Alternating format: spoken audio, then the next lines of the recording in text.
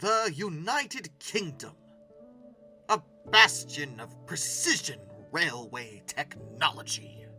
After all, they invented the tech. The modern railway can trace its roots all the way back to the UK. So naturally, there's plenty of things to talk about.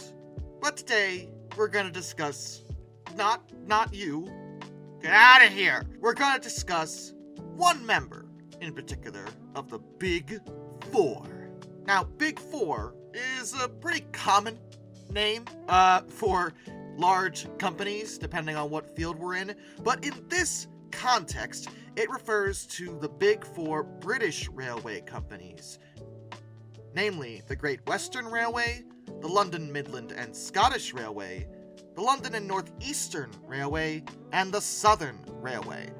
And the Big Four did not come about because that's just how it ended up in the free market.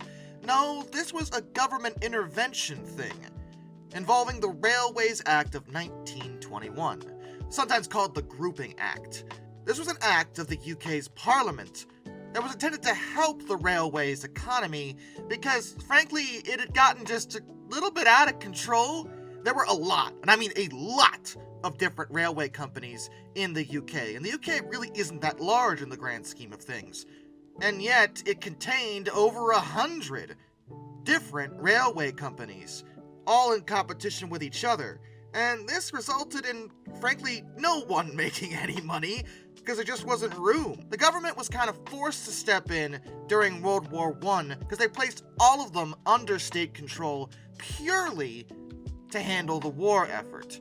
Afterwards, they relinquished control, but since they now knew what it was like to manage all this, they realized that they couldn't put things back the way they were and expect it to work efficiently.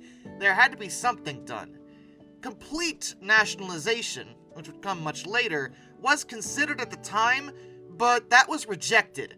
Instead, they decided to force mergers with the Railways Act of 1921, and that resulted in the Big Four. The idea was to streamline things so that there were 4 companies, they were all going to compete with each other, and no one would have a monopoly, and everything would be fine. It's all great, perfect, wonderful. We are geniuses. And, to be fair, it kind of worked.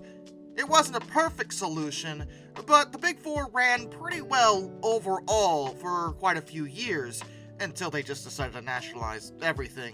The Great Western Railway handled themselves extremely well. They were already so successful that they pretty much just absorbed their merged partners and continued on as they were. The Southern Railway decided to handle their management style a little bit decentralized, to not force anyone to work together, but they still were, and for their purposes it actually worked itself out. The London and North Eastern never technically made a profit, actually. But they did have some pretty amazing locomotives and service, and they did their best with what they had. But then there was LMS, the London, Midland and Scottish Railway. LMS was not like the others. LMS was a problem. A big problem for about a decade or so.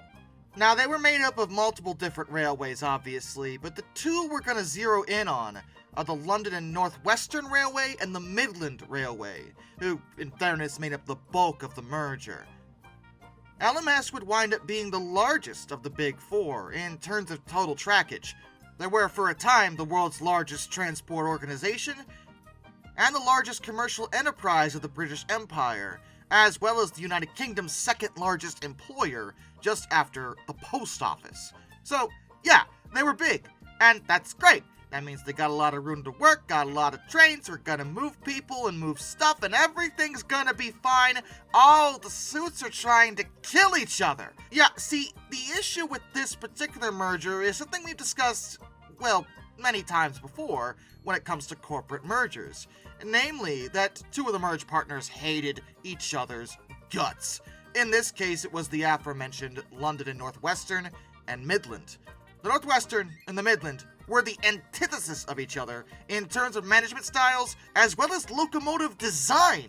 It didn't help that they had been previous commercial and territorial rivals, so, even if they were okay with the government just magically stepping in and saying, you two are a team now, and a lot of them weren't, the notion that they had to work with the enemy wasn't something that sat well with a lot of people.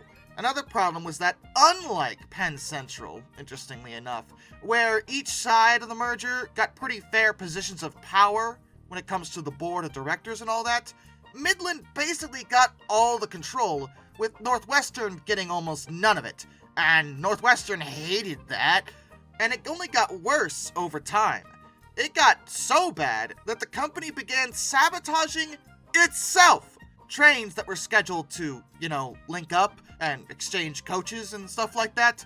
Yeah, they were deliberately made to miss each other by former employees of one side or the other. Even though they were all one company and they were supposed to be working together, basically they were only losing themselves more money just to be jerks. It was a friggin' clown show. Plus, I mentioned the issues with the locomotives. Midland had a long-standing history of small locomotives, sometimes called the small engine policy. Historically, they had favored building very large numbers of rather small steam engines that didn't have a lot of power, but could be made faster, and they were cheaper to build, as well as having lower operating costs. They got away with this because their old territory was relatively, flat. Their main lines were built on very shallow gradients, so it wasn't an issue for them to have engines that weren't necessarily the most powerful. They felt that it was better to run low-powered but more frequent trains to keep service to people as consistent as possible. In contrast, the Northwestern had built its territory on a lot of hilly country, meaning that small engines weren't going to work for them. They built a lot of bigger ones, with more power to deal with the hills. They ran less frequent trains and had higher operating costs technically, but also their trains didn't struggle to go up hills. When the two combined, Midland continued pushing for their small engine policy. This didn't work anymore.